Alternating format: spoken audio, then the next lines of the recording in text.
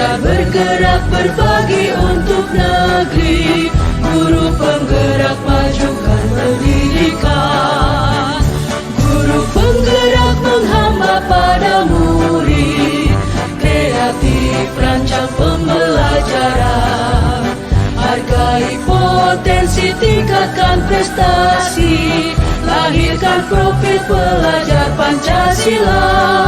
Warahmatullahi wabarakatuh. Terima kasih yang sebesar-besarnya saya ucapkan kepada Bapak Kepala Sekolah dan rekan-rekan guru atas kesediaannya untuk menghadiri kegiatan saya pada pagi hari ini, pada siang hari ini. Hari ini saya akan menyampaikan materi dari pendidikan guru penggerak sekitar 1 jam. Durasinya itu yang kami perlukan 1 sampai 2 jam. Saya usahakan insya Allah kita selesai dalam 1 jam saja. Tugas ini kami akan upload ke PMM, platform Merdeka Belajar. Makanya ini harus kita lakukan.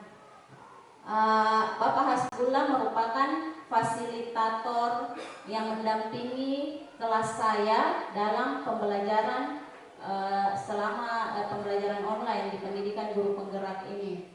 Dan Pak Haji Kasman, pengajar praktik saya yang biasa datang ke sini, yang turun langsung menemui dalam pendampingan individu.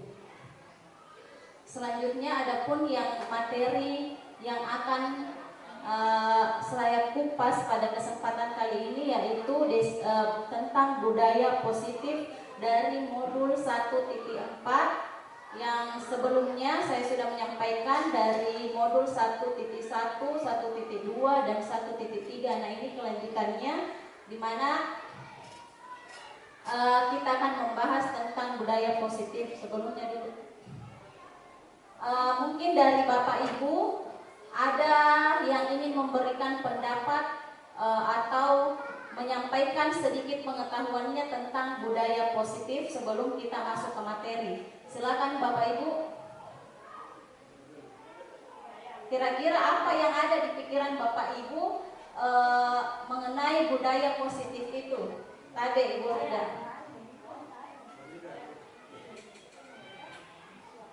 Assalamualaikum warahmatullahi wabarakatuh. Terima kasih atas kesempatan yang diberikan. Adapun yang saya terapkan di sekolah tentang budaya positif, saya terapkan ke anak-anak untuk selalu tidak berkata jangan. Jangan ribut, saya menjadi bila biasakan tenang di kelas. Seperti itu. Terima kasih. Oke, terima kasih atas masukan dari Ibu Rida mengenai budaya positif. Jadi kalimat kata jangan itu merupakan kata negatif yang diubah menjadi kata positif. Misalkan jangan terlambat, datanglah tepat waktu. Nah, itu contoh kecilnya. Mungkin masih ada pendapat dari Ibu Haji tadi? Oke. Sama JBD. Oke, kalau gitu kita lanjut. Nah, budaya positif. Jadi budaya positif yaitu nilai-nilai atau keyakinan-keyakinan atau suatu pembiasaan yang berpihak pada murid, yang di dalamnya mengandung sejumlah kegiatan yang mampu menumbuhkan karakter murid. Jadi budaya positif itu isinya adalah nilai-nilai. Jadi nilai-nilai kebajikan. Salah satu budaya positif yang kita lakukan di sekolah itu salam menjemput, menjemput murid di pagi hari dan hadir tepat waktu. Itu contoh kecilnya saja. Sebentar akan banyak yang kita pelajari dari budaya positif ini. Selanjutnya, nah ini dia. Nah ini bagian dari. Nah, adapun budaya positif yang akan saya paparkan di sini mengenai perubahan paradigma belajar, disiplin positif, motivasi perilaku manusia, kebutuhan dasar manusia, posisi kontrol, keyakinan kelas, dan segitiga restitusi. Ini bagian dari materi budaya positif, agak banyak Ibu, makanya membutuhkan waktu 1 jaman. Selanjutnya, pernyataan setuju atau tidak setuju.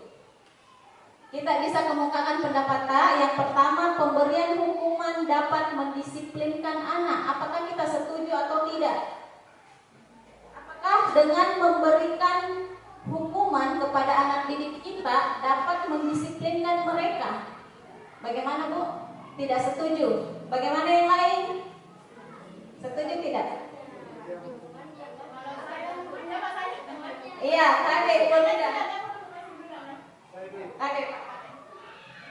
Assalamualaikum warahmatullahi wabarakatuh.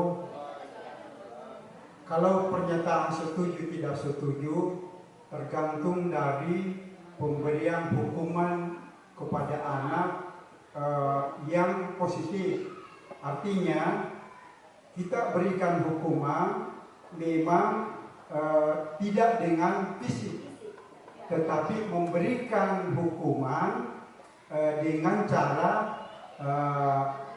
memberi pendidikan atau memberi karakter yang baik sehingga anak ini tidak merasa bahwa dia terzalimi itu. Jadi saya setuju, tetapi dengan hukuman yang positif. Terima kasih atas jawaban dari Bapak Kepala Sekolah. Intinya hukumannya bersifat mendidik. Ya, itu yang disetujui. Yang kedua, hukuman positif seperti membaca dan membersihkan kelas dapat membentuk kedisiplinan anak. Bisa? Oke, setuju. Selanjutnya, adanya peraturan kelas atau sekolah menjadikan anak lebih disiplin. Setuju? Oke, kita setuju. Selanjutnya, pemberian penghargaan atau hadiah dapat meningkatkan motivasi belajar anak. Setuju? Oke, itu untuk pemahaman awal kita. Setelah kita pelajari mungkin ada yang berubah dari setuju atau tidak setuju. Selanjutnya, filosofi Ki Hajar Dewantara. Jadi menurut Bapak Ki Hajar Dewantara, pendidikan diartikan sebagai tuntunan dalam hidup, tumbuhnya anak-anak, menuntun segala kodrat yang ada pada anak agar mereka dapat mencapai keselamatan dan kebahagiaan yang setinggi-tingginya, baik sebagai manusia maupun sebagai anggota masyarakat. Jadi guru itu atau kita sebagai orang tua baik di sekolah atau di rumah, tugas kita adalah menuntun anak-anak didik kita. Selanjutnya, perubahan paradigma belajar. Anda dan teman Anda akan melakukan kegiatan cobalah buka.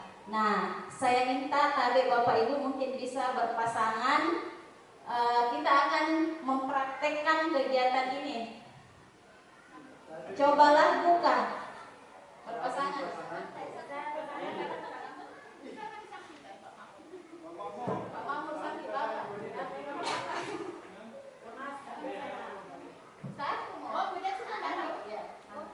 Siapa yang menggenggam, siapa yang berusaha membuka.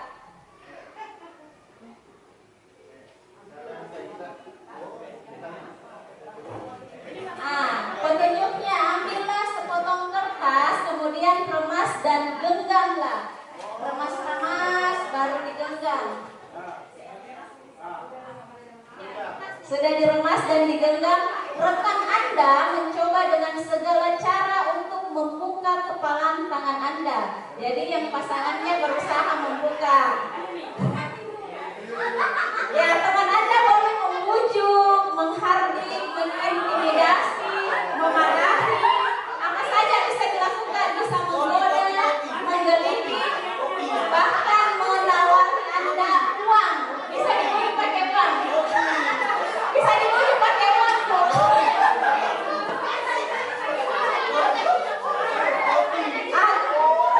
Agar Anda bersedia membuka kepalan tangan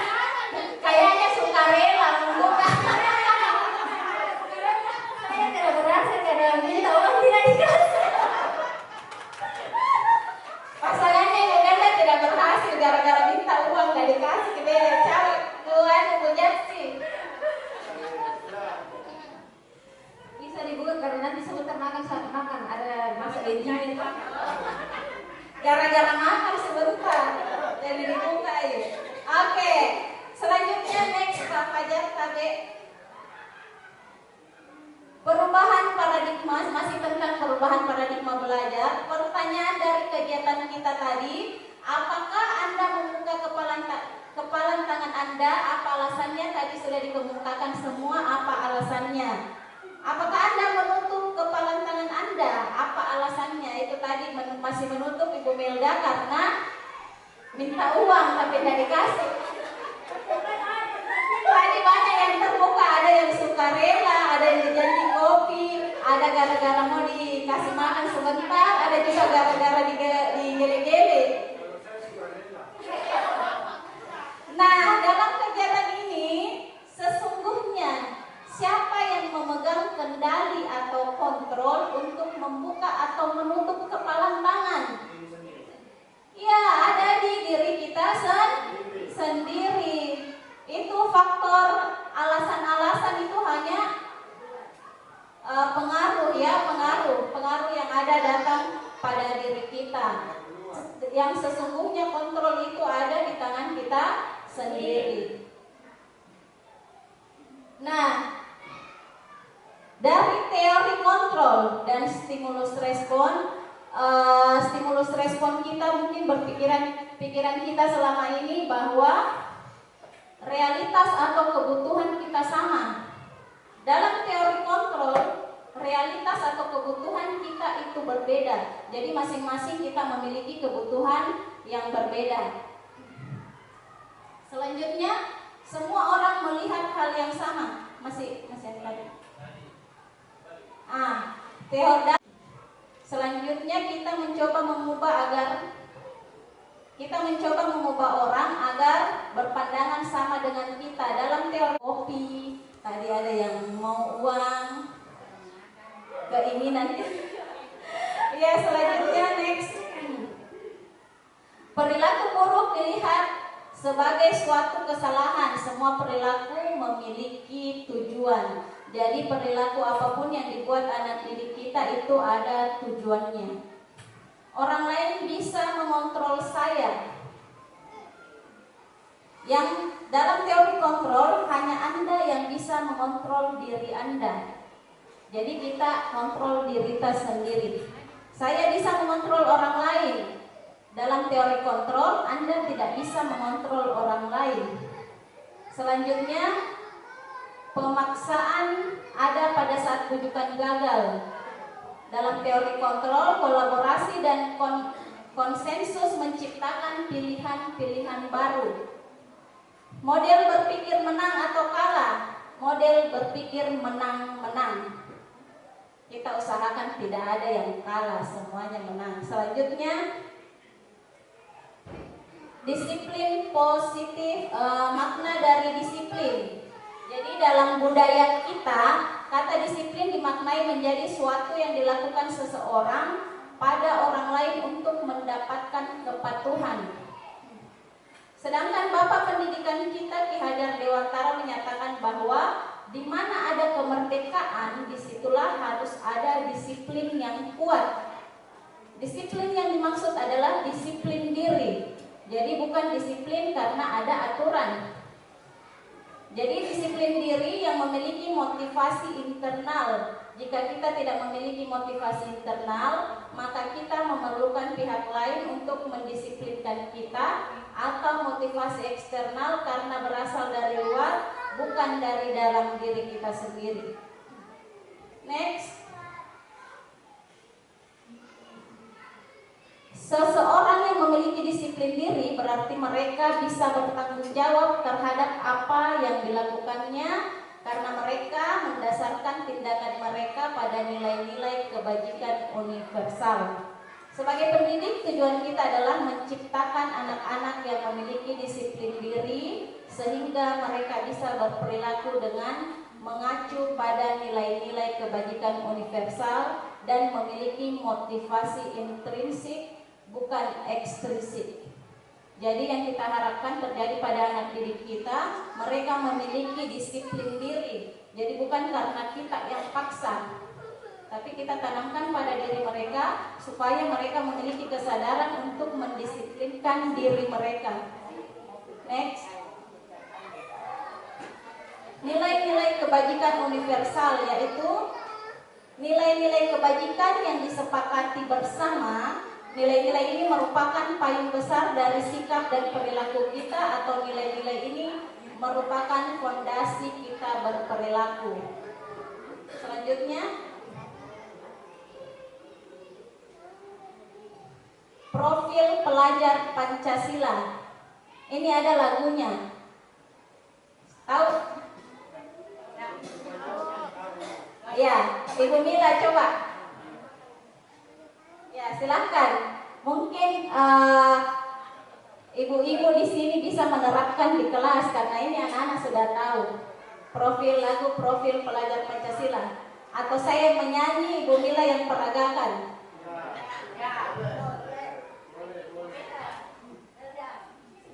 Oke, silakan. Kameramen tahu.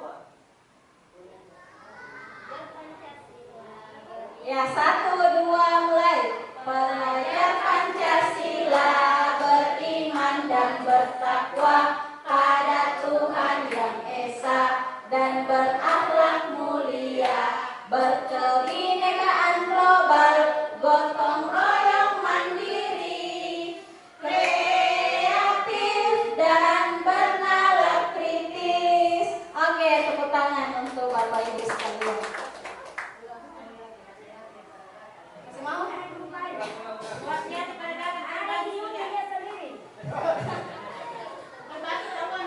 Berbagi. Budaya positif itu berbagi. Berbagi, kita sharing bersama teman. Ini permintaan Bapak Kepala Sekolah Bu Haji Nage.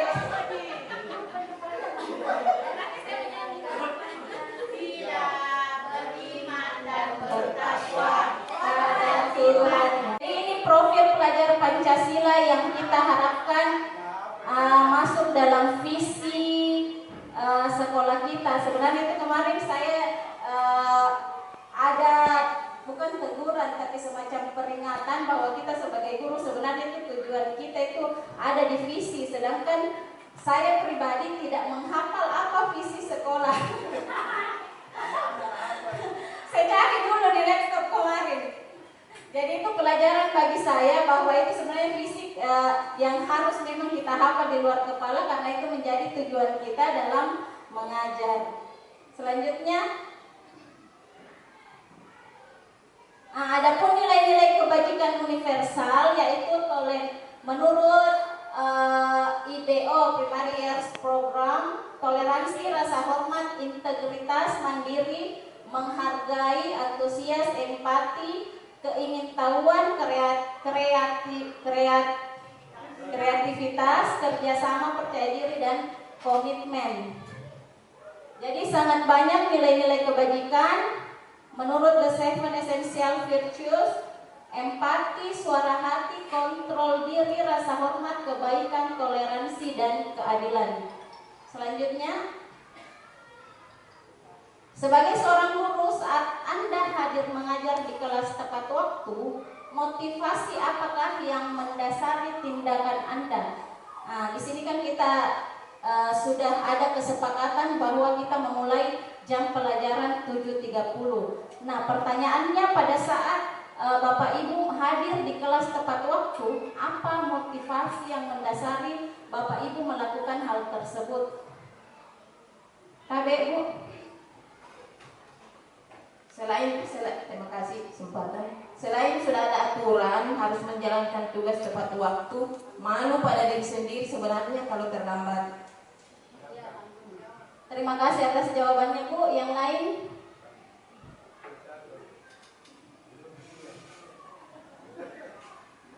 Kalau menurut saya yang mendasari kita harus tepat waktu, seperti tadi Bu Haji Mar bilang, memang sudah aturan. Yang kedua, kita memang punya tanggung jawab sebagai seorang guru, kan kita punya tanggung jawab mempertanggungjawabkan kepada Tuhan yang Maha Esa. Itu yang paling utama. Jadi kita memang harus sadar diri. Jadi kita mengajar bukan karena kepala sekolah, bukan karena hal yang lain, karena memang sudah tanggung jawab kita sebagai seorang guru. Titik. Terima kasih. Terima kasih untuk jawaban dari Ibu Ajimar dan Ibu Sitatung. Beri aplaus dulu. Mungkin ada pendapat yang lain Bapak Ibu? Atau semua sama di pendapatnya? Oke, kita lanjut kalau gitu. Next Pak. Motivasi perilaku manusia di sini ada 3. Bapak Ibu bisa lihat kira-kira kita ada di posisi mana. Yang pertama, untuk menghindari ketidaknyamanan dan hukuman. Kayaknya tadi ada di situ jawabannya Ibu Aji, karena tidak mau ditegur, karena sudah tidak ingin mendapatkan sanksi, karena itu sudah menjadi aturan. Untuk mendapatkan imbalan atau penghargaan dari orang lain, saya kira di sekolah kita tidak ada penghargaan atau dari orang lain, tidak ada penghargaan dari orang lain. Saya kira di sini tidak ada yang seperti itu. Yang ketiga, untuk menjadi orang yang mereka inginkan dan menghargai diri sendiri dengan nilai-nilai yang mereka percaya. Nah, saya kira kita berada di posisi ketiga juga, paling banyak. Karena kesadaran diri kita, karena kita percaya akan nilai-nilai kebajikan. Oke, selanjutnya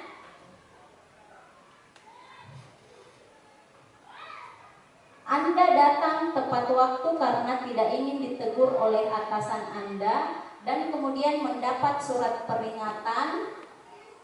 Itu artinya kita menghindari ketidaknyamanan dan hukuman.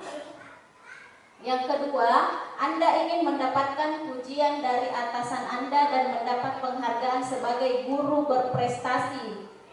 Nah, itu berada di mendapatkan imbalan atau penghargaan dari orang lain. Jadi kita berperilaku disiplin karena mau dapat pujian begitu ya. Ya, sendiri. Selanjutnya, hukuman atau konsekuensi. Nah, ini tadi yang pertanyaan pemantik saya di depan mengenai hukuman. Ini ada ini soal dari LMS yang saya dapatkan di Pendidikan Guru Penggerak, mencatat 100 kali di dalam buku kalimat "Saya tidak akan terlambat lagi karena terlambat ke sekolah". Apakah menurut Bapak Ibu ini hukuman atau konsekuensi? Menurut Bapak hukuman. Yang lain Bapak Ibu? Ada yang konsekuensi. Konsekuensi atau hukuman. Nah, ini sebenarnya saya juga bingung kemarin. Ya, kita lanjut saja ya. Ada yang jawab hukuman, ada yang jawab konsekuensi. Yang kedua, membersihkan coretan yang dibuatnya di meja tulis. Nah, ini sudah jelas ya bahwa ini adalah konsekuensi. Murid diminta untuk push up 15 kali karena tidak menggunakan masker ke sekolah. Ini adalah hukuman ya. Berdiri di depan kelas sambil mengangkat kaki satu karena tidak bisa menjawab pertanyaan. Hukuman. Ya, saya kira di sini Bapak Ibu sudah bisa membedakan yang mana konsekuensi dan hukuman. Cuma yang nomor 1 kayaknya tadi masih bingung. Dan menurut di LMS ternyata masuk ke dalam konsekuensi. Dari kesimpulan yang saya ambil di sini, mungkin ketika dia bersifat mendidik atau berfaedah, itu dia masuk ke dalam konsekuensi. Nah, saya juga mendapatkan soal itu hari anak-anak dihukum di pelajaran PJOK karena terlambat 10 menit, dia lari keliling lapangan. Nah, apakah menurut Bapak Ibu dia itu adalah hukuman atau konsekuensi? Ya, itu termasuk konsekuensi karena pelajaran olahraga. Ya, kuncinya ada di situ. Ya, itu. Ya, iya Ibu. Oke. Saya kira ini kita kita sudah paham yang mana termasuk hukuman dan konsekuensi. Jadi kalau tidak berfaedah, tidak nyambung sama sekali, itu hanya merugikan peserta didik, itu merupakan hukuman. Masih ya? Telah berdiri depan kelas, terlambat hadir di pembelajaran daring 15 menit dan diminta untuk tinggal 15 menit sesudah kelas selesai untuk membahas ketertinggalan pelajaran. Ini konsekuensi. Ya, oke. Kita lanjut. Hukuman, konsekuensi dan restitusi. Di sini ada istilah baru. Ini baru saya dengar juga di pendidikan ini, istilah restitusi. Tindakan terhadap suatu pelanggaran pada umumnya berbentuk hukuman atau konsekuensi. Hukuman itu tidak terencana, tiba-tiba, tidak sesuai dengan kesepakatan, tidak ada kesepakatan sebelumnya, itu termasuk dalam hukuman.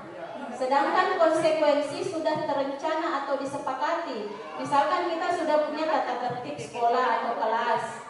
Nah, kita melanggar atau murid kita melanggar, dikasih hukuman yang bersifat konsekuensi. Nah, itu yang hukuman yang mendidik. Itu konsekuensi. Nah, istilah baru restitusi. Apa itu restitusi?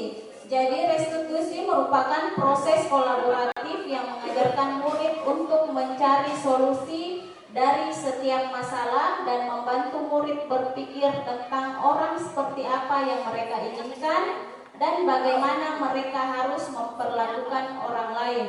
Selanjutnya,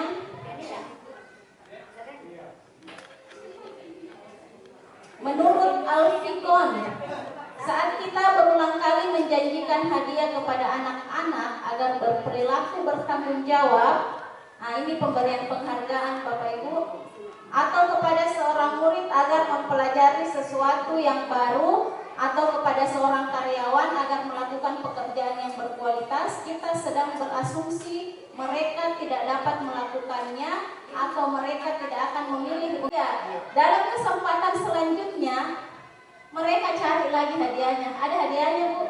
Jadi itu selalu cari kalau belajar. Jadi sebenarnya karena kita tidak percaya bahwa mereka bisa angkat tangan atau maju ke depan, makanya kita hadirkan itu sebuah penghargaan. Itu menurut Alfikon. Selanjutnya, penghargaan sama dengan hukuman. Ternyata Bapak Ibu di sini saya mendapatkan bahwa pemberian penghargaan kepada murid itu sama dengan hukuman. Kenapa? Karena pengaruh jangka pendek dan jangka panjangnya. Seperti contoh singkat yang saya lakukan tadi di kelas saya, seperti itu ternyata banyak hal negatif yang menjadi efek dari pemberian penghargaan itu. Penghargaan tidak efektif, penghargaan merusak hubungan, penghargaan mengurangi ketepatan. Penghargaan juga menurunkan kualitas, penghargaan mematikan kreativitas, dan penghargaan itu menghukum. Nah, sangat tepat sekali kenapa kita dari kurikulum 2013 itu kita tidak ada istilah ranking. Karena ini alasan mengapa ranking dihilangkan. Selanjutnya, penghargaan tidak efektif. Jadi, kenapa penghargaan tidak efektif? Karena jika kita memberikan seseorang suatu penghargaan untuk melakukan sesuatu, maka kita harus terus-menerus memberikan penghargaan itu jika kita ingin orang tersebut meneruskan perilaku yang kita inginkan. Contoh nyata saya sudah lakukan di kelas saya, Bapak Ibu. Ternyata hadiah terus Jina minta. Kalau satu kali dikasih hadiah, itu lagi cari. Ya. Selanjutnya, penghargaan merusak hubungan. Ketika seorang diberi penghargaan atau dipuji di depan orang banyak, maka yang lain akan merasa iri, menimbulkan iri hati. Jadi mungkin ada dipuji satu, ini tahu begini, contoh ini. Nah, yang lain temannya itu pasti ada perasaan bagaimana.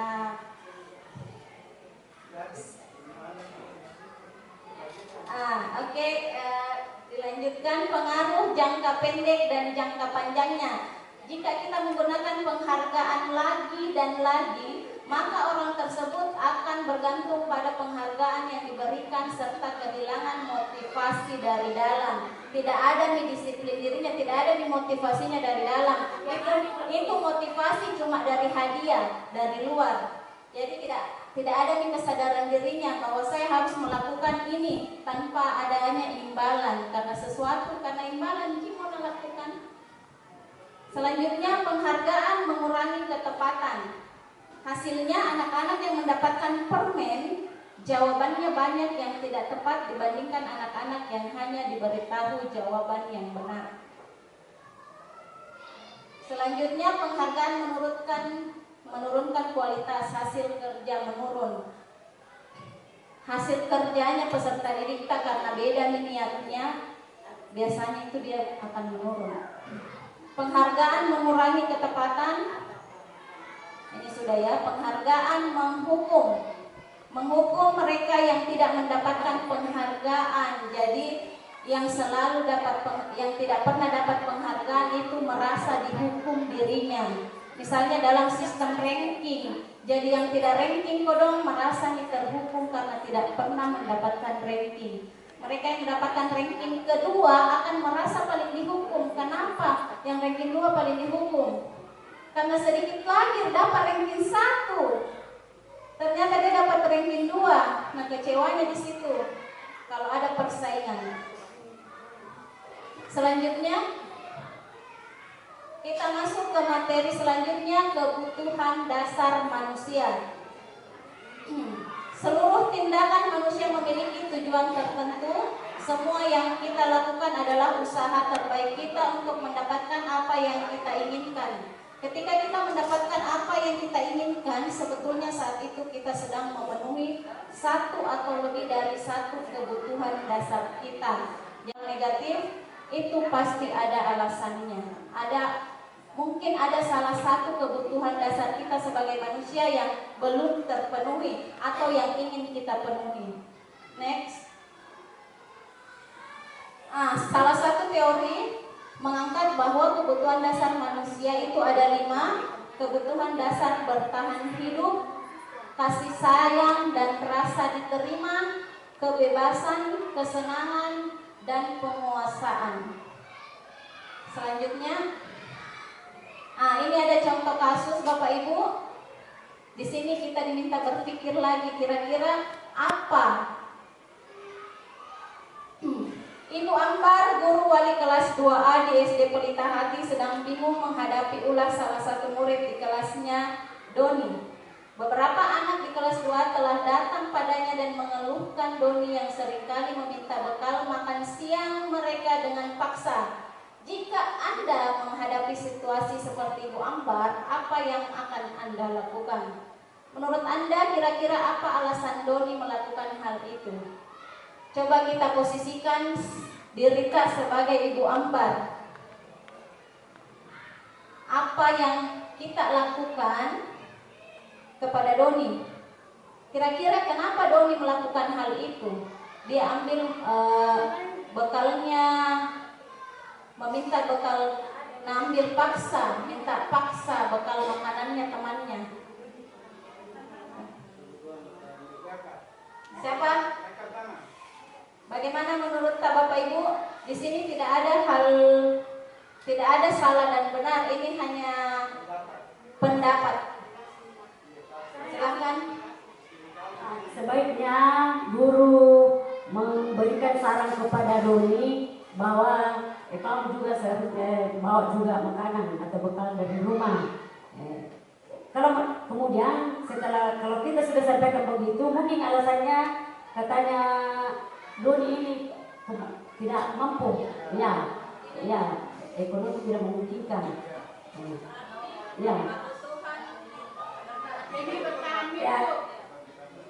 bisa saja guru juga memberitahu kepada teman yang agak bisa, yang mampu, bisa bilang kasih juga berbagi, kasih juga teman ini sebagian, Terima kasih Bu Haji, kita beri aplaus dulu untuk pendapat dari Bu Haji Hasni bahwa alasan mengapa Doni melakukan itu karena ada satu kebutuhan dia yang tidak terpenuhi, yaitu kebutuhan bertahan hidup, karena alasannya tadi tidak mampu, dia tidak punya uang misalkan membawa bekal. Ya, itu satu pendapat. Mungkin ada pendapat yang lain. Assalamualaikum warahmatullahi wabarakatuh. Seandainya saya sebagai Ibu Ambar di guru kelas 2, yang paling pertama itu Doni saya panggil khusus kepada Ibu guru, menanyakan, Doni bagaimana di rumahmu, mamamu, ibumu, minimal dari perkembangannya di rumahnya. Setelah kita tahu bahwa Doni ini ternyata orang kaya, orang mampu, maka ini kita akan panggil orang tuanya, anak ini berbuat demikian, sehingga anak-anak yang lain terganggu, diambil bekalnya untuk dipaksa untuk diambil. Apakah itu diambil, dimakan atau tidak, karena itu bagaimana sosok kehidupan autonominya ini si Doni. Ya, banyak kemungkinan. Jadi dipanggil khususnya kepada orang tua Doni itu. Dan yang alasan lagi yaitu melihat dari keadaan di kelas 2, maksudnya bagaimana dengan hubungan teman dengan teman, karena biasanya juga anak-anak dengan komunikasi yang kurang, maka ibu guru sebagai ibu guru, Ibu Ambar harus menanamkan. Di sini ada beberapa kemungkinan. Dalam kasus Doni di atas, apabila jawaban Doni ketika ditanya oleh Ibu Ambar adalah karena ia lapar dan orang tuanya tidak membawakannya bekal makan siang, ini seperti yang dijawab oleh Ibu Haji, maka kebutuhan dasar yang selanjutnya, apabila Doni menjawab bahwa alasannya mengambil bekal temannya karena dia merasa senang temannya jadi memperhatikan dia, ketika temannya melaporkan tindakannya itu pada gurunya dan gurunya memberitahu orang tuanya sehingga orang tuanya jadi memperhatikan dia, maka kebutuhan dasar yang sedang dipenuhi Doni adalah kebutuhan akan kasih sayang dan rasa diterima. Nah, bila jawaban Doni dalam kasus di atas adalah bahwa dia merasa bosan dengan bekal makanan yang dibawakan ibunya dari rumah, dia ingin mencoba makanan teman-temannya yang beraneka ragam, maka Doni sedang berusaha memenuhi kebutuhannya akan kebebasan. Jadi dia mau bebas memilih menu makanan. Sebenarnya padahal yang dikasih sama ibunya ternyata itu saja.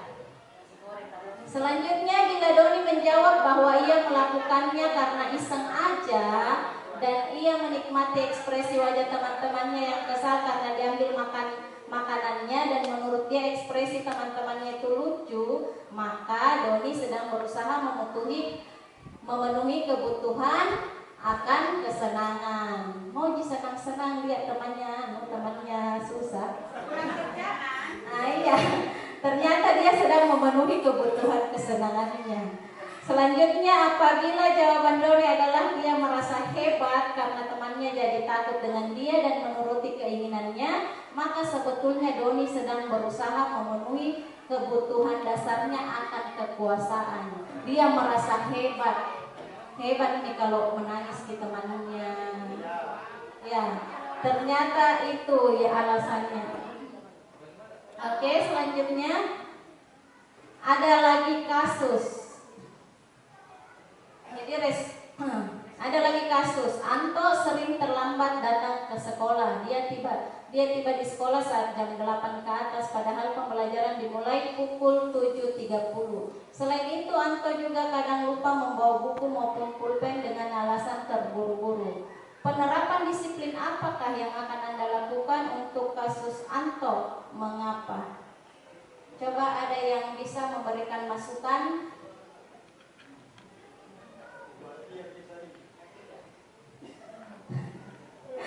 Penerapan disiplin apa kira-kira yang Bapak Ibu lakukan untuk kasus Anto? Ada? Kayaknya ini sering kita hadapi di kelas. Tidak sering dia, tapi saya ingat ada. Dalam satu angkatan itu biasa ada satu orang. Biar dia pahit tetap konji terlambat datang. Nah, itu ada pasti alasan mengapa terjadi seperti itu. Iya, silakan Ibu Sitatu. Terima kasih. Kalau seandainya saya mendapati anak yang seperti Anto, langkah yang pertama, Anto dulu dipanggil. Kita cari dulu, bertanya dulu kenapa bisa terlambat. Siapa tahu ada sesuatu di rumahnya. Kita tanya dulu baik-baik. Kita cari dulu akar permasalahannya. Yang pertama, siapa tahu ini Anto di keluar dari sekolah dulu membantu orang tuanya jual-jual kue atau bagaimana misalnya ini. Kita harus tahu dulu akar permasalahannya. Tapi seandainya Anto ini memang dari orang yang mampu, kita harus berikan semacam konsekuensi, bukan hukuman ya. Karena dia terlambat 30 menit, pulangnya kita jangan disamakan dengan temannya. Kita berikan waktu lagi 30 menit untuk menyamakan temannya, diberikan tugas tambahan. Untuk yang terlambatnya, untuk yang tidak membawa buku maupun pulpen, kalau dengan alasan terburu-buru kayaknya kurang masuk di akal. Nah, ini yang perlu kita tanamkan, karakter disiplin anak. Ya, untuk langkah pertama mungkin bisa kita pinjamkan dulu sementara. Nanti yang kedua kita lihat bagaimana permasalahannya. Mungkin hanya itu dari saya. Terima kasih. Ya, aplaus dulu untuk Ibu Sitatun. Terima kasih atas jawabannya Ibu. Itu sepertinya sudah masuk dalam tindakan restitusi. Next.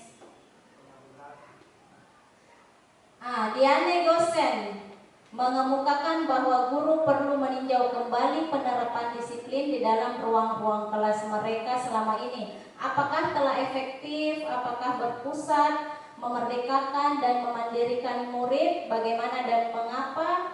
Melalui serangkaian riset dan berdasarkan pada teori kontrol Dr. William Glasser, Gosen berkesimpulan ada 5 posisi kontrol yang diterapkan seorang guru, orang tua ataupun atasan dalam melakukan kontrol. Kelima posisi kontrol tersebut adalah penghukum, pembuat rasa bersalah, teman, pemantau, dan manajer. Sebentar akan kita lihat kita berada di posisi mana selama ini. Selanjutnya, guru penghukum. Seorang guru penghukum bisa menggunakan hukuman fisik maupun verbal.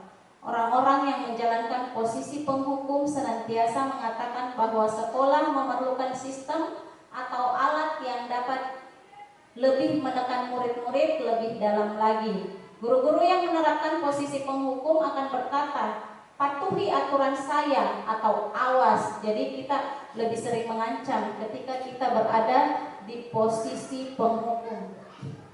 Kamu selalu saja salah. Guru seperti ini senantiasa percaya hanya ada satu cara agar pembelajaran bisa berhasil, yaitu cara dia. Nah, ini kayaknya kita terlalu egois sebagai guru kalau kita berada di posisi seperti ini. Selanjutnya,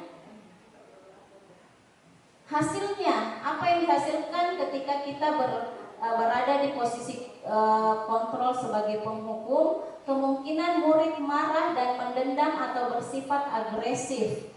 Bisa jadi sesudah kembali duduk, murid tersebut akan mencoret-coret bukunya atau meja tulisnya. Lebih buruk lagi, sepulang sekolah murid melihat motor atau mobil bapak ibu guru dan akan menggores kendaraan tersebut dengan paku. Iya, bisa menjadi lebih nakal bapak ibu. Karena ditekan di sekolah, bisa-bisa anak kita menjadi semakin parah. Selanjutnya, posisi kontrol yang kedua yaitu guru pembuat merasa bersalah. Pada saat saya mempelajari materi ini, saya introspeksi diri. Selama ini kira-kira saya berada di posisi mana? Pada posisi ini biasanya guru akan bersuara lebih lembut, membuat rasa bersalah, akan menggunakan keheningan yang membuat orang lain merasa tidak nyaman, bersalah atau rendah diri. Kata-kata yang keluar dengan lembut akan seperti, ibu sangat kecewa sekali nak dengan kamu. Berapa kali bapak harus memberitahu kamu ya? Nah, itu kata contoh kalimat yang biasa keluar dari guru yang memiliki posisi kontrol sebagai pembuat merasa bersalah. Di posisi ini murid akan memiliki penilaian diri yang buruk tentang diri mereka. Murid merasa tidak berharga dan telah mengecewakan orang-orang yang disayanginya. Selanjutnya, hasilnya apa yang dihasilkan dari guru pembuat rasa bersalah? Murid akan merasa bersalah telah mengecewakan ibu atau bapak gurunya. Murid akan merasa menjadi orang yang gagal dan segera ditinggalkan. Lebih berbahaya daripada posisi penghukum. Ya, selanjutnya yang ketiga, guru sebagai teman. Biasanya nih guru-guru muda yang memposisikan sebagai teman. Biasanya kan ada Tonji mungkin juga yang senior. Guru pada posisi ini tidak akan menyakiti murid, namun akan tetap berupaya mengontrol murid melalui persuasi. Posisi teman pada guru bisa negatif ataupun positif. Positif di sini berupa hubungan baik yang terjalin antara guru dan murid. Mereka akan berkata, ayo bantulah demi bapak ya. Ya sudah, kali ini tidak apa-apa, nanti ibu bantu bereskan. Hal negatif dari posisi teman, iya bahaya. Nah, negatifnya ada di sini. Negatifnya yaitu bila suatu saat guru tidak membantu, maka murid akan kecewa dan berkata, saya pikir bapak atau ibu teman saya dan tidak mau lagi berusaha. Dan bisa juga ketika kita digantikan oleh guru lain, dia tidak bersikap yang sama pada saat kita yang mengajar. Selanjutnya, hasilnya murid akan merasa senang dan akrab dengan guru. Ini termasuk dampak yang positif. Hanya saja di sisi negatif murid menjadi tergantung pada guru tersebut. Bila ada masalah, dia merasa bisa mengandalkan guru tersebut untuk membantunya. Akibat lain dari posisi teman, ini murid hanya akan berbuat sesuatu bila yang menyuruh adalah guru tersebut dan belum tentu berlaku yang sama dengan guru atau orang lain. Jadi ketika kita digantikan oleh orang lain, belum tentu itu anak mau belajar. Selanjutnya, posisi kontrol yang keempat yaitu sebagai pemantau. Posisi pemantau berdasarkan pada peraturan-peraturan dan konsekuensi. Dengan menggunakan sanksi atau konsekuensi, kita dapat memisahkan hubungan pribadi kita dengan murid. Sebagai seseorang yang menjalankan posisi pemantau, pertanyaan yang diajukan seorang pemantau, peraturannya apa? Apa yang telah kamu lakukan? Iya, pertanyaan-pertanyaannya seperti itu Bapak Ibu. Seorang pemantau sangat mengandalkan penghitungan catatan data yang dapat digunakan sebagai bukti atas perilaku seseorang. Kita terapkan. Selanjutnya, hasilnya ketika kita berada sebagai pemantau, murid memahami konsekuensi yang harus dijalankan karena telah melanggar salah satu peraturan sekolah. Guru tidak menunjukkan suatu emosi yang berlebihan, menjadi marah atau membuat merasa berbuat salah. Murid tetap dibuat tidak nyaman, yaitu dengan harus tinggal kelas pada waktu jam istirahat dan mengerjakan tugas. Guru tetap harus memantau murid pada saat mengerjakan tugas di jam istirahat karena murid tidak bisa ditinggal seorang diri. Jadi inilah contoh tindakan yang kita lakukan ketika kita berada di posisi kontrol sebagai pemantau. Selanjutnya posisi kontrol yang kelima atau yang terakhir yaitu guru sebagai manajer. Ya, jadi posisi manajer di mana guru berbuat sesuatu bersama dengan murid, mempersilahkan murid mempertanggungjawabkan perilakunya, mendukung murid agar dapat menemukan solusi atas permasalahannya sendiri. Di manajer, murid diajak untuk menganalisis kebutuhan dirinya maupun kebutuhan orang lain. Di sini penekanan bukan pada kemampuan membuat konsekuensi, namun dapat berkolaborasi dengan murid bagaimana memperbaiki kesalahan yang ada. Jadi di sini kita lebih banyak berdiskusi dengan murid. Nah, hasilnya seorang manajer akan berkata apa yang kita yakini. Kita kembali ke keyakinan kelas seperti yang dikatakan Bu Rida tadi ya. Jika kamu memperbaiki ini, hal ini menunjukkan apa tentang dirimu. Tugas seorang manajer bukan untuk mengatur perilaku seseorang. Kita membimbing murid untuk dapat mengatur dirinya. Jadi kita tidak mengatur, tapi kita hanya membimbing murid kita bagaimana supaya dia bisa mengatur dirinya sendiri. Seorang manajer bukannya memisahkan murid dari kelompoknya, tapi mengembalikan murid tersebut ke kelompoknya dengan lebih baik dan kuat. Hasilnya, ketika kita menerapkan posisi kontrol sebagai manajer, murid menyadari sendiri apa saja kesalahan yang telah dia lakukan atau keyakinan kelas yang dilanggar. Selain itu, murid juga dapat menemukan solusi sendiri atas permasalahannya dan berusaha menjadi pribadi yang lebih baik lagi. Semoga kita semua bisa menjalankan posisi menempatkan diri kita sebagai manajer di kelas kita masing-masing. Itu harapan. Amin. Motivasi eksternal dan motivasi intrinsik. Jadi posisi kontrol yang disarankan ini positif, ada positifnya kita sebagai teman, sebagai pemantau dan manajer itu juga positif. Dan yang negatif di sini adalah ketika kita menempatkan diri kita sebagai penghukum dan pembuat rasa bersalah.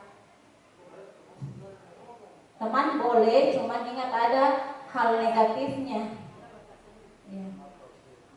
Selanjutnya keyakinan kelas. Mengapa keyakinan kelas? Mengapa tidak peraturan kelas saja? Kira-kira ada yang menjawab? Muncul nih. Pembentukan kelas. Keyakinan kelas bersifat lebih abstrak daripada peraturan yang lebih rinci dan konkret. Keyakinan kelas berupa pernyataan-pernyataan universal. Pernyataan keyakinan kelas senantiasa dibuat dalam bentuk positif. Jadi biasanya tidak ada kata tidak boleh begini, tidak boleh lari-lari, tidak boleh begini, jangan begini, yaitu yang kalimatnya yang tidak dipakai. Keyakinan kelas hendaknya tidak terlalu banyak sehingga mudah diingat dan dipahami oleh semua warga kelas. Ya, tidak perlu terlalu banyak, tapi karena biasanya itu dia satu kalimat mencakup nih banyak hal. Nanti ada contohnya. Keyakinan kelas sebaiknya sesuatu yang dapat diterapkan di lingkungan tersebut. Semua warga kelas hendaknya ikut berkontribusi dalam pembuatan keyakinan kelas lewat kegiatan curah pendapat. Bersedia meninjau kembali keyakinan kelas dari waktu ke waktu. Selanjutnya, ini contoh keyakinan kelas. Kalimatnya dia kalimatnya positif, tidak menggunakan kata tidak boleh, jangan. Ya, ini di kelas 1 kita bisa menggunakan setiap anggota kelas perlu belajar. Setiap anggota kelas perlu senang. Setiap anggota kelas perlu melakukan tugas. Setiap anggota kelas perlu saling menghargai. Setiap anggota kelas perlu merasa aman. Contoh keyakinan kelas 6, selalu bersikap positif, senantiasa menjadi diri terbaik, percaya dan menghormati orang lain, serta barang miliknya, berkomitmen terhadap setiap tugas, senantiasa membantu. Ini hanya contoh Bapak Ibu, kita bisa buat kalimat yang lain. Intinya dia tidak mengandung kalimat negatif. Selanjutnya, nah ini kemarin saya coba terapkan di kelas 3 di hari pertama. Apa yang dia tempel? Kita menawarkan peraturan kelas atau keyakinan kelas apa yang akan kita sepakati. Nah, dari praktek kemarin ini banyak Ji yang sama. Nah, itu kita satukan. Dan ketika kalimatnya negatif kita positifkan. Iya. Itu tadi kalimat positifnya. Nah, sekarang apa itu restitusi? Jadi restitusi adalah proses menciptakan kondisi bagi murid untuk memperbaiki kesalahan mereka sehingga mereka bisa kembali pada kelompok mereka dengan karakter yang lebih baik. Praktek restitusi tadi seperti yang dijelaskan Ibu Sitatun dalam menghadapi Antok tadi ya, itu sudah termasuk proses restitusi. Selanjutnya, apa itu restitusi? Restitusi itu membantu murid menjadi lebih memiliki tujuan, disiplin positif dan memulihkan dirinya setelah berbuat salah. Penekanannya bukanlah pada bagaimana perilaku untuk menyenangkan orang lain atau menghindari ketidaknyamanan, hargai nilai-nilai kebajikan yang mereka percayai. Selanjutnya, bagaimana ciri-ciri restitusi? Jadi restitusi itu bukan untuk menebus kesalahan, namun untuk belajar dari kesalahan. Bagaimana kita memberikan murid kita pelajaran dari kesalahan yang telah mereka buat. Restitusi memperbaiki hubungan. Restitusi adalah tawaran bukan paksaan. Restitusi menuntut untuk melihat ke dalam diri. Restitusi mencari kebutuhan dasar yang mendasari tindakan. Restitusi diri adalah cara yang paling baik. Restitusi fokus pada karakter bukan tindakan. Restitusi itu menguatkan dan fokus pada solusi. Restitusi juga mengembalikan murid yang berbuat salah pada kelompoknya. Jadi bukan memisahkan dari teman-teman mereka, tetap dikembalikan dalam keadaan yang lebih baik. Nah, segitiga restitusi. Jadi ada validasi tindakan yang salah, menstabilkan identitas, menanyakan keyakinan. Jadi dalam proses restitusi ada 3 tahapan yang kita lakukan. Selanjutnya Pak. Yang pertama, menstabilkan identitas. Mengubah identitas anak dari orang yang gagal karena melakukan kesalahan menjadi orang yang sukses. Yang kedua, validasi tindakan yang salah, menemukan cara efektif untuk memenuhi kebutuhan dasar anak. Yang ketiga, menanyakan keyakinan, menghubungkan nilai-nilai yang dipercayai anak dan berpindah menjadi orang yang dia inginkan. Yang itu tadi sudah termasuk kegiatan proses restitusi. Bagaimana tahapan penerapan segitiga restitusi? Dalam tahapan menstabilkan identitas, berbuat salah itu tidak apa-apa. Jadi ketika kita melakukan kesalahan itu adalah hal yang biasa ya, karena mungkin karena memang tidak ada yang sempurna. Jadi tidak apa-apa ya anak-anak kita melakukan kesalahan. Tidak ada manusia yang sempurna. Saya juga pernah melakukan kesalahan seperti itu. Kita bisa menyelesaikan ini. Jadi di menstabilkan identitas itu kita menghilangkan rasa bersalah murid. Jadi kita kembalikan identitas murid dari orang yang gagal menjadi orang yang sukses. Pada tahap yang kedua, validasi tindakan yang salah. Kamu pasti punya alasan mengapa melakukan hal itu. Kamu patut bangga pada dirimu sendiri karena kamu telah melindungi sesuatu yang penting buatmu. Kamu boleh mempertahankan sikap itu, tapi kamu harus menambahkan sikap yang baru. Jadi ini contoh-contoh kalimat yang kita gunakan dalam proses restitusi. Menanyakan keyakinan, apa yang kita percaya sebagai kelas atau keluarga, apa nilai-nilai umum yang telah kita sepakati, apa bayangan kita tentang kelas yang ideal. Kamu mau jadi orang yang seperti apa? Selanjutnya, kesimpulan dari apa yang telah saya paparkan, yaitu budaya positif di sekolah sangatlah penting untuk mengembangkan anak-anak yang memiliki karakter yang kuat sesuai profil pelajar Pancasila. Untuk mewujudkan hal ini diharapkan semua warga sekolah agar memiliki, meyakini dan menerapkan visi atau nilai-nilai kebajikan yang disepakati. Dan jika suatu saat ada kondisi di mana murid berperilaku tidak pantas atau melanggar keyakinan kelas, maka perlu dijalankan pendekatan disiplin positif yang dinamakan restitusi. Jadi kita hindari pemberian hukuman.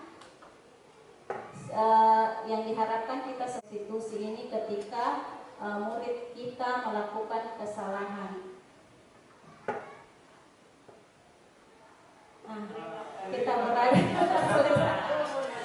Kita berada di akhir slide.